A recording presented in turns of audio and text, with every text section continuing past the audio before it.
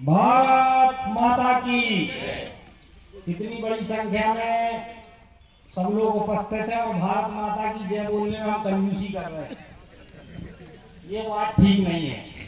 बोलिए भारत माता की, भारत माता की। आज अटल जी की जयंती है, तो अटल जी एक हमारे भारत के पूर्व प्रधानमंत्री रहे, कुशल वक्ता रहे और भारत को आगे ले जाने में अटल जी का जो योगदान है वो बहुत महत्वपूर्ण योगदान है। इसलिए एक नारा उनकी जयंती पर हम लोग लगाएंगे। मैं कहूँगा अटल जी, आप लोग कहेंगे अमर रहें, अमर रहें। अटल जी अमर रहें, अमर रहें। अटल जी अमर रहें, अमर रहें। साथियों, आज बहुत महत्वपूर्ण कार्यक्रम आप सबके सामने संपन्न हुआ। देश के प्रधानमंत्री माननीय नरेंद्र मोदी जी ने अभी आप सबके सामने एक क्लिक करके 9 करोड़ किसानों के खातों में 18,000 करोड़ रुपए की राशि डाली है। अभी पीछे हमारा विनोद मलैया बैठे हैं, जैसे ही मोदी जी ने वहां क्लिक किया था, यहाँ विनोद मलैया जी के मोबाइल पे मैसेज आ गया, तो विनोद मलैया जी ने कहा कि देखो भाई साहब, ये आ गए 2,000 रुपये मेरे खाते में। कहने का तात्पर्य है साथियों कि भारतीय जनता पार्टी की सरकारें निरंतर गरीब के हित में काम करने वाली सरकारें। पहले की सरकारें, राजीव गांधी जी कहा करते थे कि हम केंद्र से 1 रुपये भेजते हैं और वो जमीन स्तर पर आते आते 10 पैसा व्यक्ति तक पहुंच पाता है। लेकिन देश के प्रधानमंत्री माननीय नरेंद्र मोदी जी ने जो काम करके दिखाया है, पहले तो उन्होंने जनधन खाते खुलवाए, 0 बैलेंस पर खाते खुलवाना जब शुरू किया तो कांग्रेस के लोगों ने कहा कि भैया मोदी जी क्या करने वाले हैं, इन गरीब के खाते खुलेंगे तो क्या इनको पैसे मिल पाएंगे। साथियों, देश के प्रधानमंत्री माननीय नरेंद्र मोदी जी बहुत दूरदर्शी सोच के व्यक्ति थे। उन्होंने हर गरीब को बैंक में जनधन का खाता खुलवाया और वो जनधन का जब खाता खुला, अब किसान को मान लो 2,000 रुपए पहली किस्त मोदी जी को देना है तो वो वहीं बैठ के क्लिक करते हैं और किसान के खाते में पैसे पहुंच जाते हैं। साथियों, किसान का सम्मान करने का काम अगर किसी ने किया है तो देश के प्रधानमंत्री माननीय नरेंद्र मोदी जी ने किया है। अभी तक इतने देश में प्रधानमंत्री हुए, लेकिन आपने कभी सुना कि किसान सम्मान निधि किसी किसान के खाते में आई हो? देश के प्रधानमंत्री माननीय नरेंद्र मोदी जी ने कहा कि हम हर किसान के खाते में 1 साल में 6,000 रुपए किसान सम्मान निधि डालने का काम करेंगे। किसान को सम्मान के साथ किसान सम्मान निधि देंगे। तो हमारे माननीय शिवराज जी भी किसान के बेटे हैं, वो भी कहां पीछे रहने वाले थे। उन्होंने कहा कि 6,000 रुपए अगर देश के प्रधानमंत्री माननीय नरेंद्र मोदी जी देने वाले हैं तो 4,000 रुपए आपका मुख्यमंत्री माननीय शिवराज जी भी देंगे। ये बात उन्होंने करके दिखाई है। साथियों, आज हर किसान के खाते में 1 साल में 10,000 रुपए आने वाले हैं। लेकिन आज देश की विडंबना देखिए, राजनीति के चलते हुए, राजनीतिक स्वार्थों के चलते हुए किसान को बरगलाने का काम किया जा रहा है, किसान को बहकाने का काम किया जा रहा है, किसान को बहलाने फुसलाने का काम किया जा रहा है और यह बताने का प्रयास किया जा रहा है कि नरेंद्र मोदी की सरकार किसान विरोधी सरकार है। साथियों, मैं अपने विरोधियों से पूछना चाहता हूं, कांग्रेस के मित्रों से पूछना चाहता हूं कि आज आपको किसान याद आ गए हैं? आज आप खेती की बात करने लगे हैं? आज आप किसान के सबसे बड़े हितैषी बन रहे हैं। लेकिन जब मध्य प्रदेश में कांग्रेस की दिग्विजय सिंह की सरकार थी तो यही दिग्विजय सिंह की सरकार 18% ब्याज दर पर किसानों को कर्जा दिया करती थी। एक किसान का बेटा मुख्यमंत्री बना, शिवराज जी मुख्यमंत्री बने, उन्होंने 18% ब्याज दर को घटा के किया 9%, 9 से किया 5%, 5 से किया 3%। फिर शिवराज जी ने सोचा कि किसान का कर्जदार तो सारा हिंदुस्तान है, इसे क्या ब्याज लेना, बिना ब्याज के ही कर्ज दे दो। तो 0% ब्याज दर पर अगर किसी ने मध्य प्रदेश की धरती पर किसान को कर्जा देना शुरू किया तो हमारे माननीय मुख्यमंत्री शिवराज जी ने शुरू किया है साथी। ये काम करके हमारे माननीय मुख्यमंत्री जी ने दिखाया।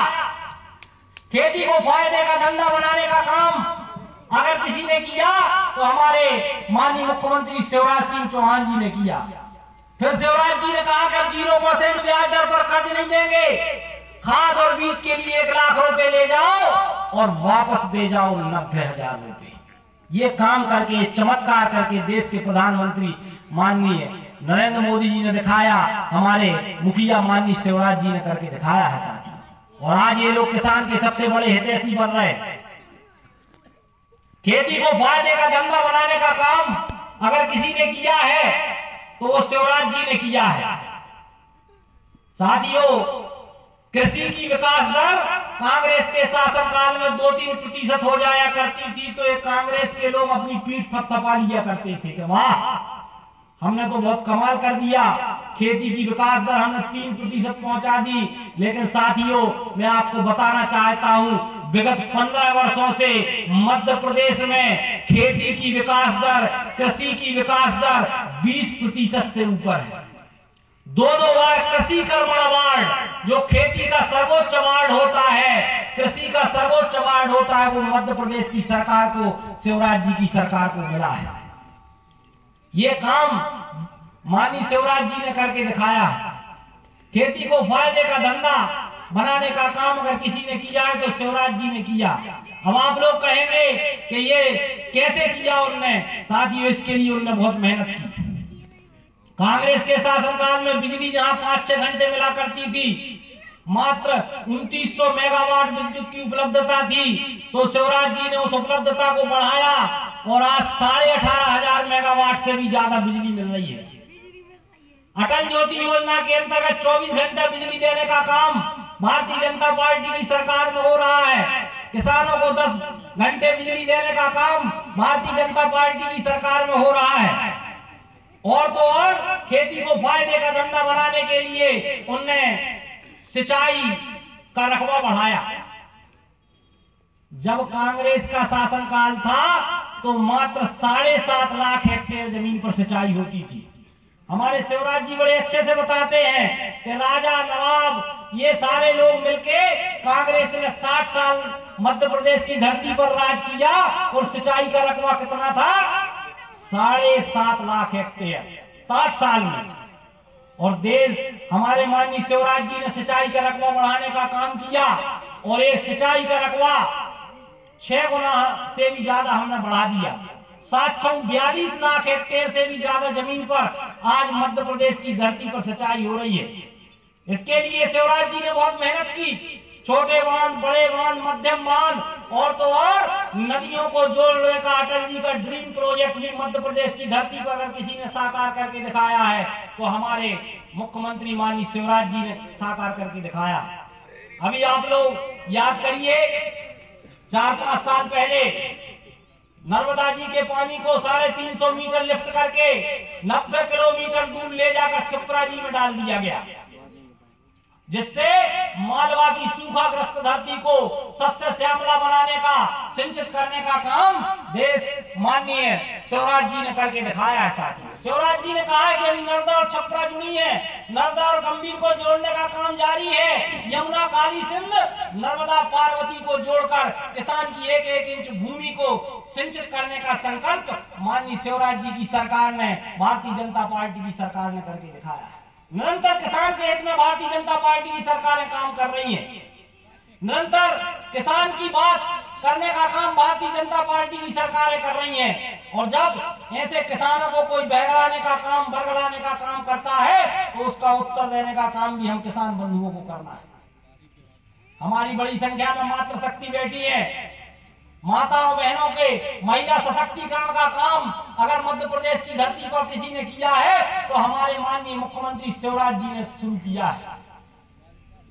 जब शिवराज जी मुख्यमंत्री बने तो उन्होंने देखा कि मध्य प्रदेश की धरती में बेटा बेटी में भेद किया जाता है।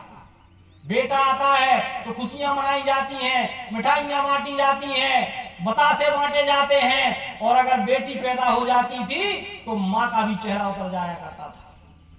1000 बेटों पर 912 बेटियां पैदा हो रही थी मध्य प्रदेश की धरती पर। शिवराज जी ने कहा कि हम बेटी को अभिशाप नहीं रहने देंगे।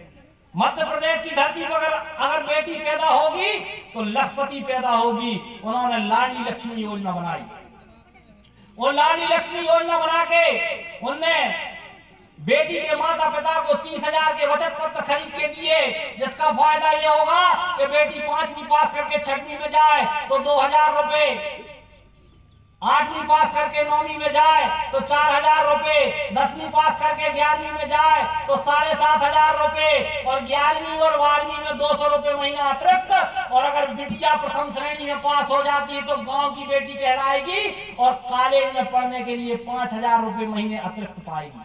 ये काम मध्य प्रदेश की धरती पर शिवराज जी ने करके दिखाया है।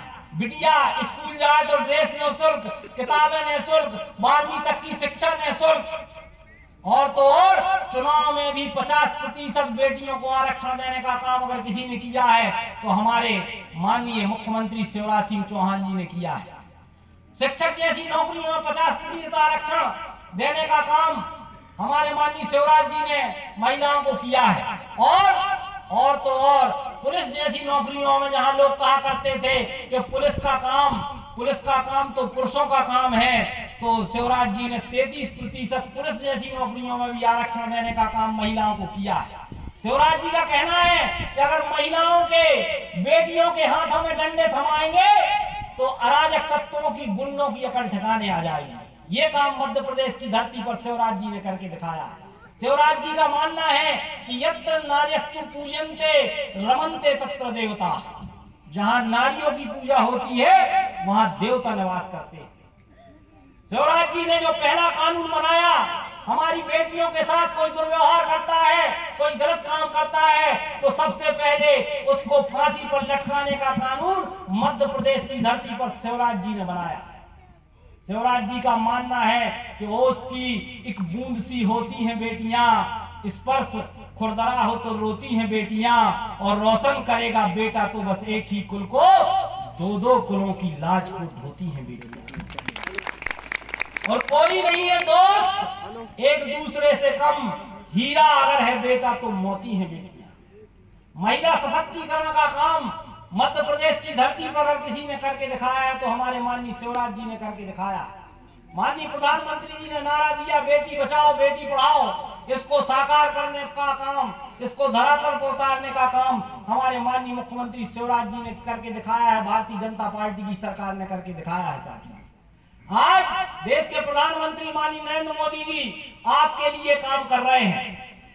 एक बार देश के प्रधानमंत्री माननीय नरेंद्र मोदी जी को पत्रकारों ने घेरा और पूछा कि माननीय मोदी जी आपके जीवन का लक्ष्य क्या है। तो मोदी जी ने कहा कि पत्रकार बंधुओं, मेरे तो आगे पीछे कोई है नहीं, 125 करोड़ देशवासी ही मेरे परिवार हैं। इन 125 करोड़ देशवासियों के जीवन में सुख आए, इन 125 करोड़ देशवासियों के जीवन में समृद्धि आए, इन 125 करोड़ देशवासियों को रहने के लिए पक्का मकान हो, पीने के लिए पानी हो, सिंचाई के लिए पर्याप्त पानी हो, इन 125 करोड़ देशवासियों के जीवन में सुख समृद्धि आए, ये 125 करोड़ देशवासी सुखी हों। उन्होंने कहा यही मेरे जीवन का लक्ष्य है। जीवन पुष्प चढ़ा चरणों में, मांगे मातृभूमि से यह वर, तेरा वैभव अमर रहे मां, हम दिन 4 रहे न रहे। मोदी जी ने कहा मुझे मेरी चिंता नहीं है, ये देश फिर से परम वैभव के शिखर पर पहुंचना चाहिए, ये देश फिर से विश्व गुरु बनना चाहिए, ये देश फिर से क्रमांक 1 का देश बनना चाहिए। उन्होंने कहा कि मेरे जीवन का लक्ष्य है कि देश इतना ताकतवर देश बनना चाहिए कि दुनिया की कोई ताकत हिंदुस्तान की तरफ नजर उठा के ना देख सके। उन्होंने कहा ये मेरे जीवन का लक्ष्य है। ऐसे देश के प्रधानमंत्री माननीय नरेंद्र मोदी जी को मैं सत सत नमन करता हूं। और आज अटल जी की जयंती है, अटल जी की जयंती पर भी मैं अटल जी को सादर प्रणाम करता हूं। और अटल जी ने जो शुरुआत की, चाहे किसान क्रेडिट कार्ड की बात हो, चाहे प्रधानमंत्री सड़क योजना की बात हो, चाहे इस हिंदुस्तान में पोखरण परमाणु विस्फोट की बात हो, अटल जी ने इस देश को आत्मनिर्भर बनाने का काम किया। उन्होंने कहा मैं रार नहीं ठानूंगा, मैं हार नहीं मानूंगा, काल के कपाल पे लिखता मिटाता हूं, गीत नया गाता हूं, गीत नया गाता हूं। ऐसे अटल जी के चरणों में मैं सत सत नमन करते हुए अपनी वाणी को विराम देता हूं। और इस कार्यक्रम में जो हमारे कार्यकर्ता बंधु और सारे लोग उपस्थित हुए हैं, उनको भी मैं सादर नमन करता हूं, वंदन करता हूं। समय कमी होने के कारण मैं आप सबका नाम नहीं ले पाया, इसके लिए मैं क्षमा प्रार्थी हूं। बोलिए भारत माता की, मजा नहीं आया, भारत माता की, भारत माता की। बहुत बहुत धन्यवाद।